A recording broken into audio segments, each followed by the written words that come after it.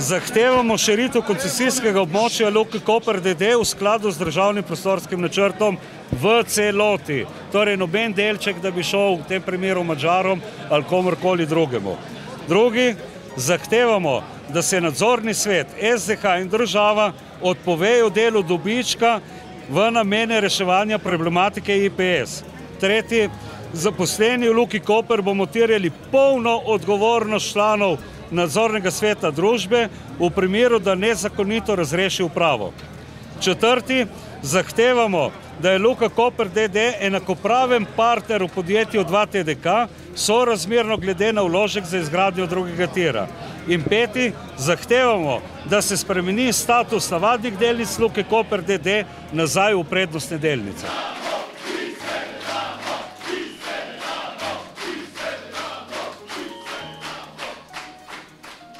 Seveda moramo poudariti, da je naš prvi in glavni cilj dolgoročni obstoj in napredek celotnega podjetja. Naše stališče je jasno in vedno enako, močna in enotna Luka Koper. Kar vse zanima, kar je gospod Slosal tudi povedal, kaj se bo zgodilo z Madžari. Jaz nisem seveda nažalost pravi sogovornik, lahko pa povem, da bomo z naše strani naredili vse, da bomo Luki zagarantirali razvoj takega, kot si ga zasluži. To je dolžnost in naloga lastnika in to bomo mi naredili. Glede na to, da je gospa še tukaj, imamo eno priponko, ostala Primorska, pa ji bomo podarili, da vidimo, če bo hotela nositi.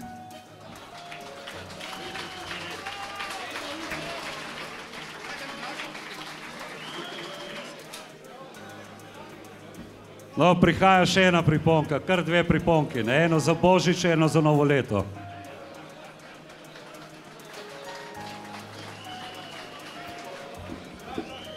Veste, kaj smo danes v Luki Koper dosegli skupaj? Kateri rekord? 900.000 TU, rekord rekordov! Mi podpiramo prihodnost, perspektivo družbe in odlične rezultate, ki jih dosega. Tisti, ki jih dosegajo, po našem prepričanju naj ostanejo in ni nikakršnih argumentov za to, da bi morali oditi. Že na pretekli skupščini se je pokazalo, da je menjava nadzornega sveta tik pred zdajci strani Slovenskega državnega holdinga neupravičena. Mi s tem v zvezi peljemo tudi sodne postopke.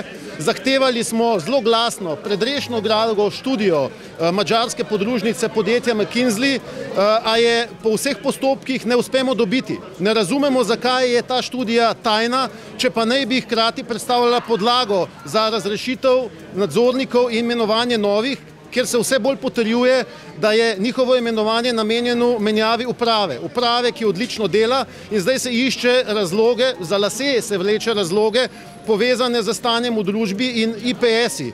Čestitke tudi ne samo k vaši vztrajnosti, drži in temu, da premorete vsekakor več modrosti kot državni upravljavci pri svoji drži in pri temu, da vztrajate z argumenti na stališčih, podobno kot tudi v Vseslovenskem združenju malih delničarjev vztrajamo že 13 let potem, ko smo ustanovili ravno po takratni tudi eni od burnih skupščin Luke Koper to združenje.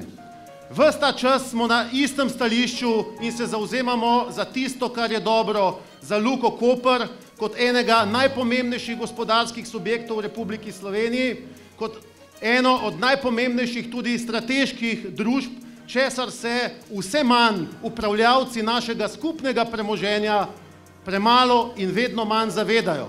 Tako recimo ob lanskoletnem poletnem dogajanju na skupščinah, samo spomnite se po takratnem odhodu takratnega predsednika uprave Slovenskega državnega holdinga kot upravljavca.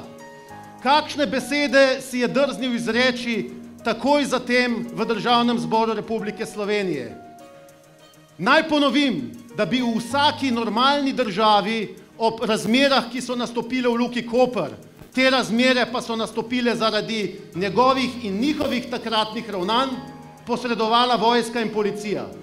Zamislite si, Zamislite si, kaj bi to pomenilo. Kaj to pomeni za gospodarsko družbo, ki potrebuje stabilno okolje za uspešno poslovanje, za doseganje novih in novih rekordnih rezultatov, presegajočih dobičkov. Mi smo moralni in pravni lastniki Koper, nas denar ne zanima.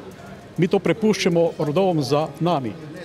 To je naše delo, ki smo ga ustvarili in to je bogatstvo našega slovenskega naroda, naše okno v svet.